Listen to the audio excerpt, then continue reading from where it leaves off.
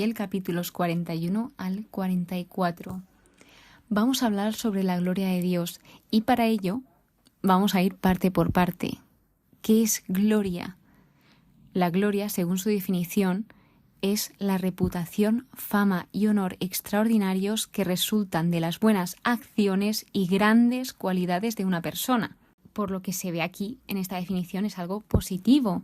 Y en cuanto a la gloria de Dios, es algo que se nombra muchísimo en la Biblia, en las iglesias, en canciones. De hecho, os recomiendo muchísimo la canción de La Gloria de Dios, se llama tal cual, de Eva Luna y Ricardo Montaner, que es preciosa y nunca me canso de escuchar.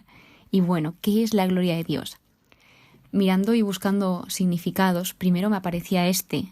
La gloria de Dios es la manifestación de la grandeza y el esplendor divino. Su gloria define el poder, la majestad y la santidad de Dios. No hay nadie de más alto rango, más importante o más bello que Dios. Y luego aparecía otra que para mí creo que es la que más se identifica con su definición, la complementa a la anterior, pero me encanta, dice, la gloria de Dios expresa la esencia de Dios, lo que Él hace y cómo se ha revelado a sí mismo, principalmente a través de Jesucristo. Es en Jesús que resplandeció y siempre resplandecerá la gloria de Dios.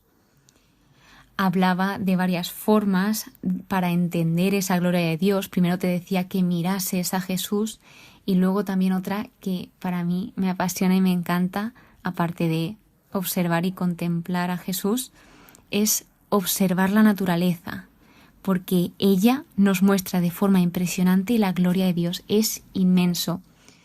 Entonces, creo que la gloria de Dios sí se puede definir, y lo hemos visto, pero para mí es algo más que una definición, que un concepto, que un término. Va muchísimo, pero muchísimo más allá de una simple palabra o un conjunto de palabras. Sabiendo esto, Ezequiel nos habla muchas veces y el tema principal de Ezequiel diría que es la gloria de Dios. Desde el principio y desde sus primeras visiones está hablando de la gloria de Dios, que él está presenciando esa gloria y nos la va describiendo poco a poco.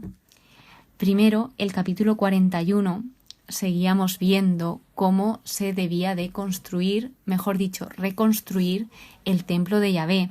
Y aquí era donde ese hombre o ese ángel estaba enseñándole a Ezequiel todo lo que se debía de hacer con el templo, con sus medidas respectivas, descripciones, etc.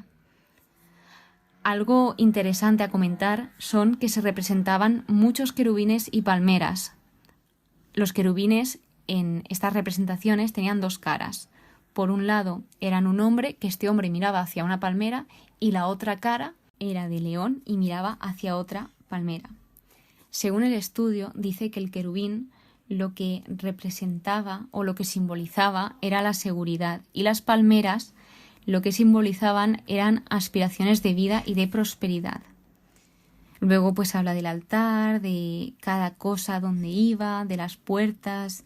Luego el capítulo 42 habla de las dependencias del templo, donde aquí dice que las salas situadas cara al patio, que estas son las del norte, y las salas situadas en dirección del mediodía, estas son las que miran al patio y son las salas del santuario, que el santuario es un lugar santo. Aquí trata de varias cosas. Primero, en el santuario los sacerdotes es el lugar donde ellos se acercan a Yahvé y ahí es donde comen las cosas sacratísimas. Luego también se les deja muy claro que cuando ellos entran a este lugar no deben salir sin haber dejado las vestiduras litúrgicas, las vestiduras santas. Es decir, ellos solo podían llevar esas vestiduras cuando se encontrasen dentro del santuario. Luego, a la hora de salir a estar con el pueblo, no podían salir con esas mismas vestiduras.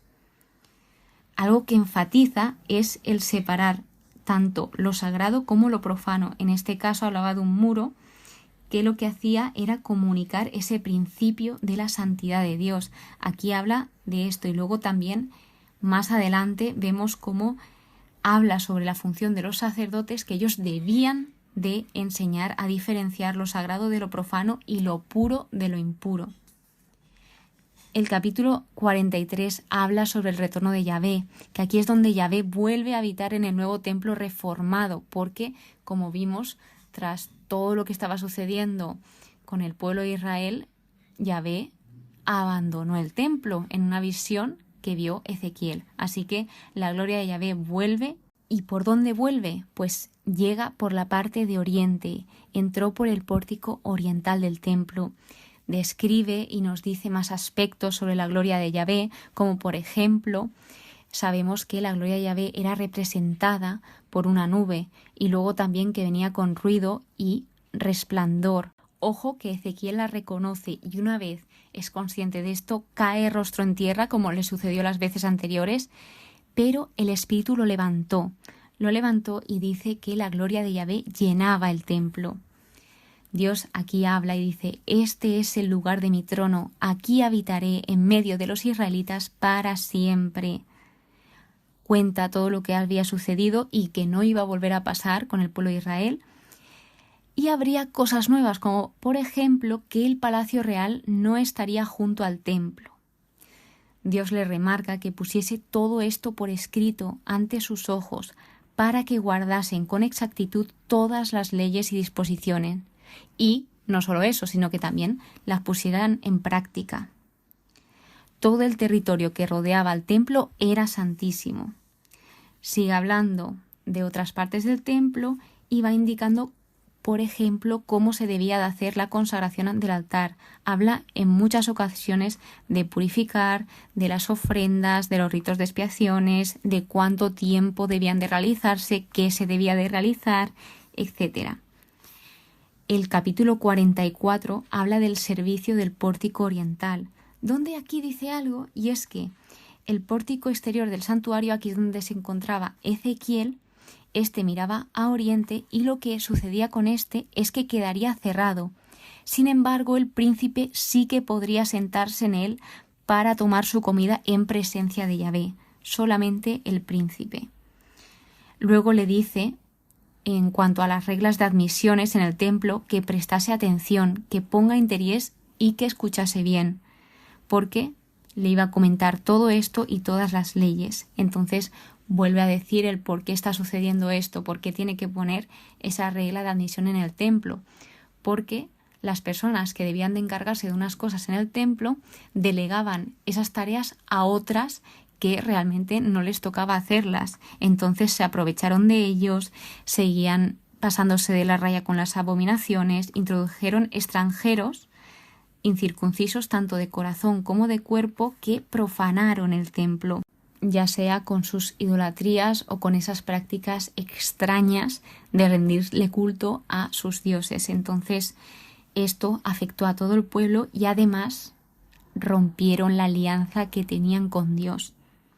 Así que acaba el capítulo hablando por un lado de los levitas y por otro lado de los sacerdotes. Los levitas abandonaron a Dios, fueron en pos de otros ídolos y lo que les sucedió es que esto tenía consecuencias, que tendrían que soportar el peso de su culpa. Entonces ellos sí que es verdad que iban a seguir siendo de esa rama sacerdotal, pero se les quitó alguna que otra función. Ellos sí que seguirían siendo encargados del ejercicio del ministerio en el templo, pero no ejercerían el sacerdocio ni tocarían las cosas santas y sacratísimas.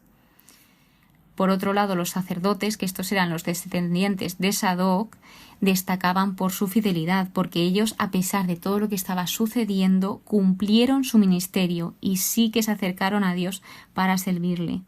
Así que también aquí les dio una serie de indicaciones de cómo debían hacer las cosas, por ejemplo, también la vestimenta que debían de llevar, hábitos de lino, turbantes y fajas de lino, enfatiza mucho sobre el lino. Por ejemplo, también de cortarse el pelo cuidadosamente, ni muy corto ni muy largo.